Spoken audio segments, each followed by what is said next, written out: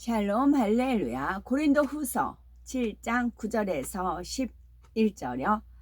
내가 지금 기뻐함은 너희로 근심하게 한 까닭이 아니요 도리어 너희가 근심함으로 회개함에 이른 까닭이라.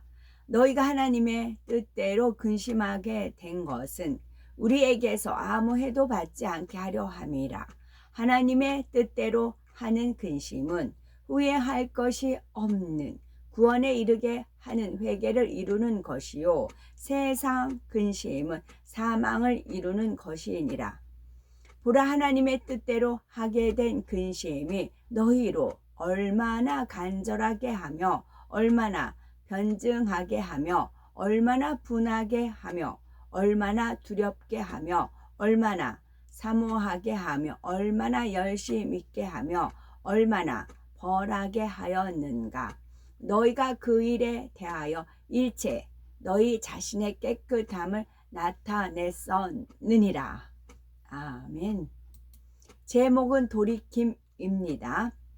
출애굽한 이스라엘 백성은 모세를 통해서 하나님의 놀라운 권능을 체험을 하였지만 자신의 유익과 자신의 생각에 맞지 않으면 불평과 원망을 하였습니다. 하나님께서는 그들을 멸하겠다 말씀하셨지만 모세의 중보 기도로 다시 회개의 기회를 얻었지요. 우리도 출애굽한 이스라엘 백성과 같은 모습이지만 주님의 중보 기도와 희생으로 지난날의 잘못에 대한 회개의 기회를 갖고 믿음을 반석에서 지나 영으로 온영으로 들어갈 수 있는 은혜를 받고 있는 것입니다. 이러한 은혜의 기회를 놓치지 않고 잘못된 신앙생활에서 온전히 돌이키려면 어떻게 행해야 할까요? 첫째는 돌이킴에 가장 먼저 행해야 할 행함은 온전한 회개입니다. 두 번째는 하나님 앞에서 회개할 죄의 담이 있죠. 이것을 읽어 드릴 거고요. 셋째는 온전한 회개를 이루기 위한 자세가 있습니다. 첫째, 돌이킴에 가장 먼저 행해야 할 행함은 온전한 회개입니다. 돌이킨다는 것은 잘못 가던 길, 하나님이 싫어하시고 가지 말라고 하신 길에서 하나님이 원하시는 길로 행하는 것입니다. 예를 들어서 하나님이 동으로 가라 했는데 서로 갔다면 이제는 가던 길에서 멈추고 뒤로 돌아서서 동으로 가되 변함없이 그 길로 갈 때 온전한 돌이킴이라고 할 수가 있습니다.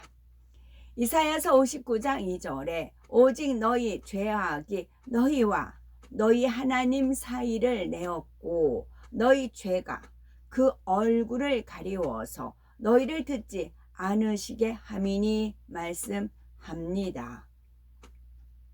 그래서 하나님이 싫어하시는 죄와 하나님이 싫어하시는 비진리를 회개했다면 이제는 죄를 짓지 않고자 결단하는 것이 돌이킴의 시작이지요. 죄의 주관자는 원수마귀 사단입니다. 죄의 주관자는 원수마귀 사단입니다. 하나님을 믿는다 하고 예수님을 구세주로 영접한 사람이 원수마귀 사단에게 순종하여 죄를 지었다면 얼마나 거짓된 신앙입니까? 조금의 흠도 티도 없는 주님의 아름다운 신부로서 새 예루살렘 성에 이르기를 원하시는 주님의 사랑과 주님의 희생이 있기에 우리는 다시 한번 내 자신의 신앙을 점검하여서 회개하여 온전히 돌이킴으로 조금의 잘못도 남기지 말아야 하겠지요. 두 번째, 하나님 앞에 회개해야 할 죄의 담이 있는데요. 첫째는 누군가를 판단 정죄하고 수근수근하거나 악한 생각은 하지 않았는지 점검해야 합니다. 악한 생각은 있지 않았는지. 누구에 대해서 판단 정죄하고 수근수근함이나 악한 생각은 있지 않은지를 점검해야 합니다. 마태복음 5장 26절에 진실로 네게 이르노니 네가 홀이라도 남김이 없이 다 갚기 전에는 결탄코 거기서 나오지 못하리라 말씀했습니다. 우리가 구원받은 차원을 넘어 아름다운 천국에 이르려면 조금의 흠도 티도 없어야 합니다. 하나님과의 사이에 생긴 죄의 담이 떠오르지 않아서 회개하지 않는다면 안타깝지요. 혹여 기억이 나서 회개했다고 해도 마음을 찢고 민망히 여기며 회개하며 돌이켜야 하는 것입니다. 둘째로 지난날에 있었던 사망에 이르는 육체의 일에 대한 것인데요. 하나님께서 베푸시는 회개의 시간을 통해서 많은 분들이 철저히 회개하셔야 되겠고, 그러나 그냥 형식적으로만 회개를 하는 것이 아니라 마음을 찢고 민망히 여기며 회개했는지 돌아보아야 하는 것입니다. 하나님께서 원하시는 마음 중심으로 온전한 회개를 이루었는가 돌아보아야 하는 것이지요. 우리가 마음 중심에서 철저히 회개하고 죄성을 버리기 위해서 노력과 수고를 아끼지 않고 죄를 뿌리채 뽑아 버렸다면 분명히 깨끗이 되어졌을 것입니다. 그러나 행함을 돌이키지 않았다면 그것은 서로 가다가 동으로 가야 함을 알기에 가던 길을 멈추기만 하고 여전히 서쪽을 바라보는 것과 같습니다. 따라서 우리 마음을 돌아보아서 세상에 대한 연연함이 있거나 여전히 세상을 사랑하는 마음이 있다면 이를 과감히 끊어버려야 온전한 회개를 이룰 수가 있습니다. 셋째로 신앙이 정체되어 변화되지 않은 것인데요. 말씀을 듣고 권능을 체험하면서 살아계신 하나님의 역사를 전하는 일꾼이요 직분자라 하면서 너무 더디게 변화되는 것, 너무 변화되지 않고 안일했던 모습, 신앙이 정체되었던 모습이 있다면 철저히 회개하고 돌이켜야 합니다. 요한계시록 3장 15절에서 16절에 내가 네 행위를 아노니 네가 차지도 아니하고 덥지도 아니하도다. 네가 차든지 덥든지 하기를 원하노라. 네가 이같이 미지근하여 덥지도 아니하고 차지도 아니하니 내 입에서 너를 토하여 내치리라 하였습니다. 내 안에 악을 여전히 갖고 세상 사람과 다를 바 없는 삶을 산다면 이는 미지근한 신앙입니다. 믿음의 성장이 없다면 정확하게 내 신앙을 진리로 점검해서 무엇이 잘못되었는지 찾아내어서 회개해야 합니다. 그래서 이제는 잘못된 모습에서 잘하는 모습으로 바꿀 때 이것이 바로 돌이킴인 것이지요. 세 번째, 온전한 회개를 이루기 위한 자세를 살펴봅니다. 온전한 회개를 이루기 위한 자세로는 첫째, 입술로나 생각이 아닌 마음 중심으로 회개해야 합니다. 두 번째는 숨김없이 세세히 토설해야 합니다. 셋째는 겸비함이 있어야 합니다. 온전한 회개를 이루기 위한 자세 첫째는 입술이나 생각이 아닌 마음 중심으로 회개해야 합니다. 요엘서 2장 13절에 너희는 옷을 찢지 말고 마음을 찢고 너희 하나님 여호와께로 돌아올지어다. 그는 은혜로우시며 자비로우시며 노하기를 더디하시며 인애가 크시사 뜻을 돌이켜 재앙을 내리지 아니하시나니 말씀했습니다. 형식적인 회개가 아닌 마음을 찢는 회개를 하라는 것이지요. 즉 입술로나 생각으로나 하는 회개가 아닌 민망하고 죄송한 마음으로 나는 어찌 된 사람인가 탄식하며 매일매일 눈물로 회개하는 것이 진정한 회개입니다. 옷을 찢지 말고 마음을 찢고 너희 하나님 여호와께로 돌아올지어다. 그는 은혜로우시며 자비로우시며 노하기를 더디하시며 인애가 크시사 뜻을 돌이켜 죄앙을 내리지 아니하시나니. 마음을 찢는 정말 애절한 마음을 찢는 회개를 하다 보면 내 죄도 이제 회개가 되지만 이렇게 계속 회개를 하다 보면 이 하나님 마음이 전달이 돼요. 내가 죄짐으로 인해서 하나님 마음이 얼마나 아프셨을까. 하나님의 애통함, 하나님의 그런 사랑, 이런 게 이제 은혜로 주어져요. 그러면서 더 내 자신을 회개하고 또 회개를 하는 거지요. 그러다 보면 돌아온 탕자에게 주셨던 그 옷을 입히고 뭐 만나는 거 잔치 베풀어 주시고 가락지까지 끼워 주신 그런 아버지의 은혜가 막 은혜 가운데 주어지죠. 그 감동이 사그러지지 않고 계속 유지가 되어야 하는 것입니다. 고린도후서 7장 11절에 보라 하나님의 뜻대로 하게 한 이 근심이 너희로 얼마나 간절하게 하며 얼마나 변명하게 하며 얼마나 분하게 하며 얼마나 두렵게 하며 얼마나 사모하게 하며 얼마나 열심 있게 하며 얼마나 벌하게 하였는가. 너희가 저 일에 대하여 일절 너희 자신의 깨끗함을 나타냈었느니라 했습니다. 이렇게 중심에서 회개하면 죄와 악이 싫어지고 미워지게 됩니다. 그러니 죄에서 돌이키며 떠나게 되지요. 둘째는 숨김없이 세세히 토설해야 합니다. 토설이라는 것은 숨겨졌던 사실을 비로소 말하여 드러내는 것을 말하지요. 시편 32편 5절에 내가 이르기를 내 허물을 여호와께 자복하리라 하고 주께 내 죄를 아뢰고 내 죄악을 숨기지 아니하였더니 곧 주께서 내 죄와 악을 사하셨나이다 하였고, 잠언 28장 13절에는 자기의 죄를 숨기는 자는 형통치 못하나 죄를 자복하고 버리는 자는 불쌍히 여김을 받으리라 했습니다. 예를 들어서 어떤 분을 판단하고 수근수근하는 일을 회개한다 하면서 토설하지 않고 숨겼다면 이는 온전한 회개가 아닙니다.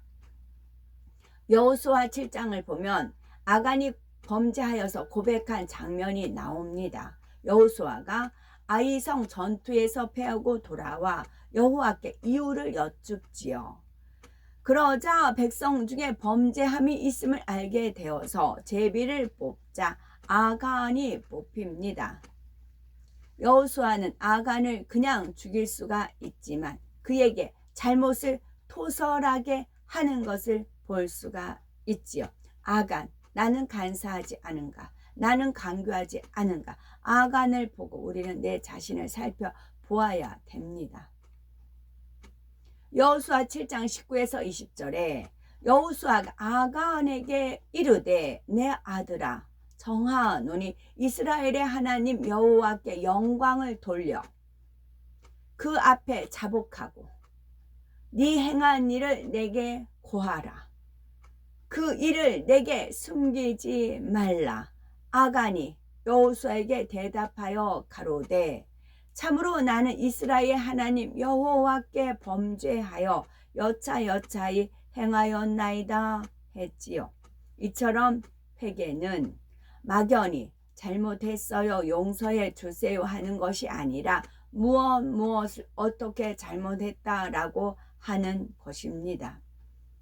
하나님께 제 믿음의 성장이 너무 적었습니다. 용서해 주세요 한다면 이는 막연한 회개입니다.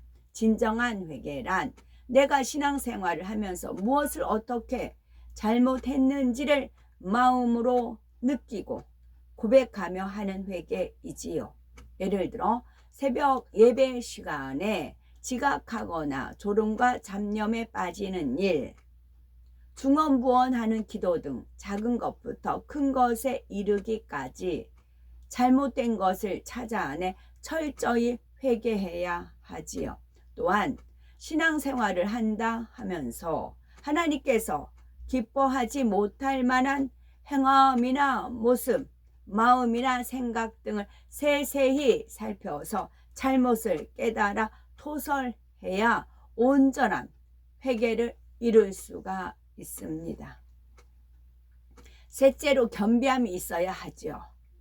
사울 왕과 다윗 왕의 경우에 선지자의 지적을 받고 회개하는 모습이 전혀 달랐습니다.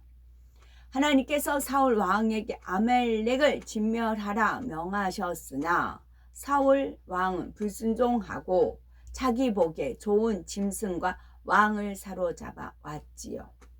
이에 대해서 사무엘 선지자가 지적하자 사울은 나는 실로 여호와의 목소리를 정종하여 여호와께서 보내신 길로 가서 아말렉 왕 아간을 끌어왔고 아말렉 사람을 진멸하였으나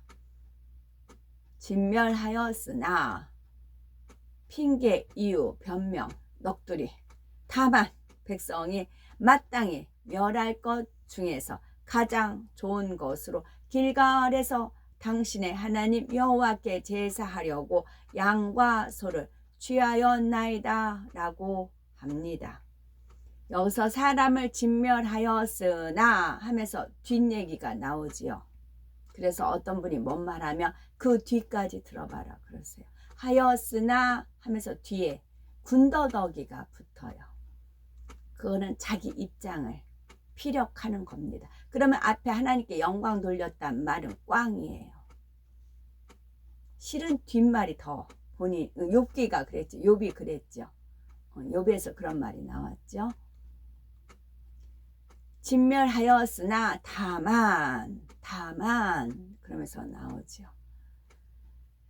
사무엘 선지자가 사울 왕에게 큰 죄임을 지적해도 사울 왕은 하나님께 제사하려고 양과 소를 취하였다며 변명과 이유를 대지요.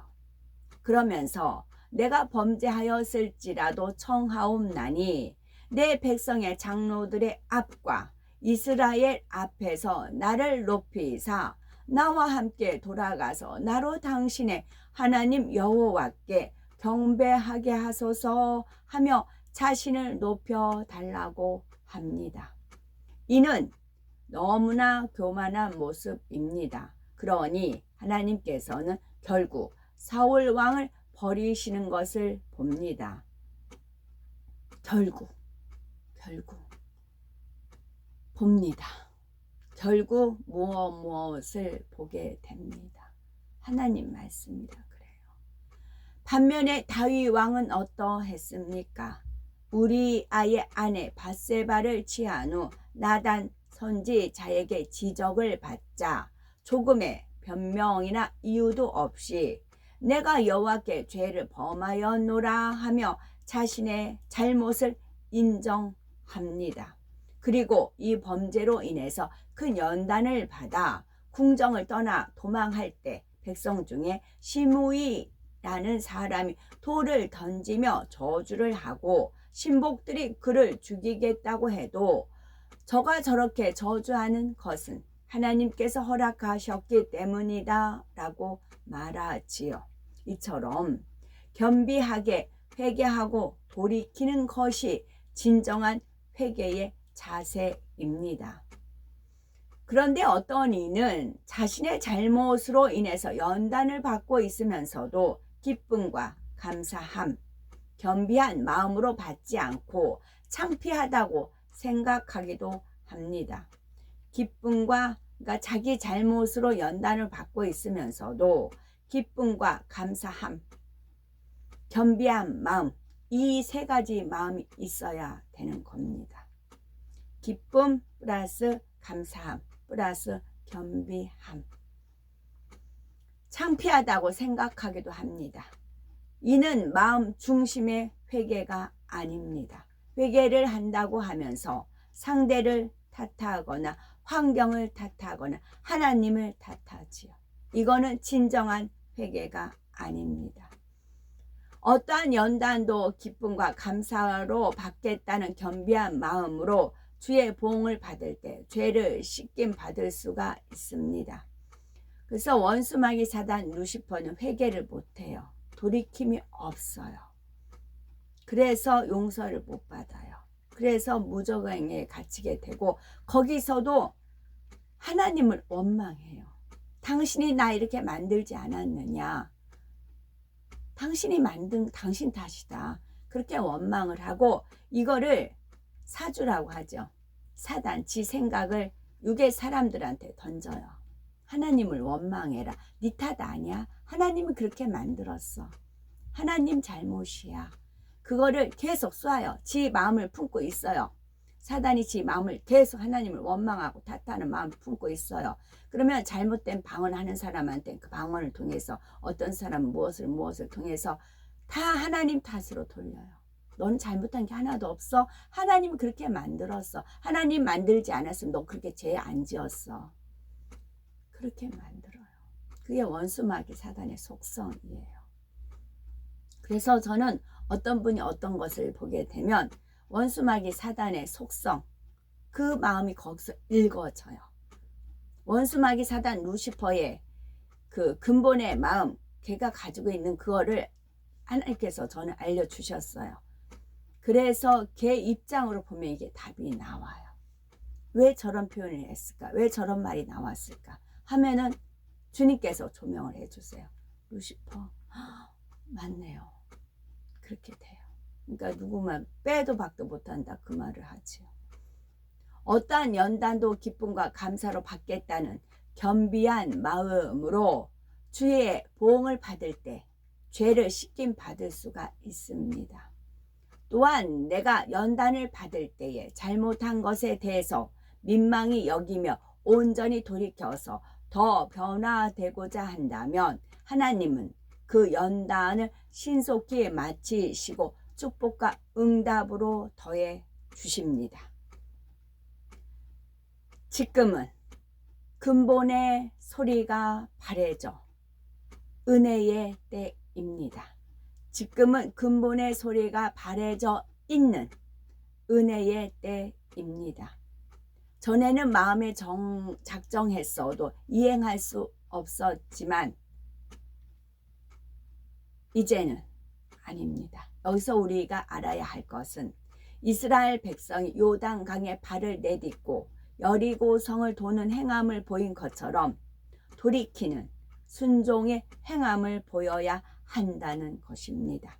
내 자신의 신앙생활을 돌아보아 하나님이 기뻐하시는 행함은 무엇인지 발견하여서 행할 수 있는 복되고 아름다운 우리가 되어야 되겠습니다. 아멘.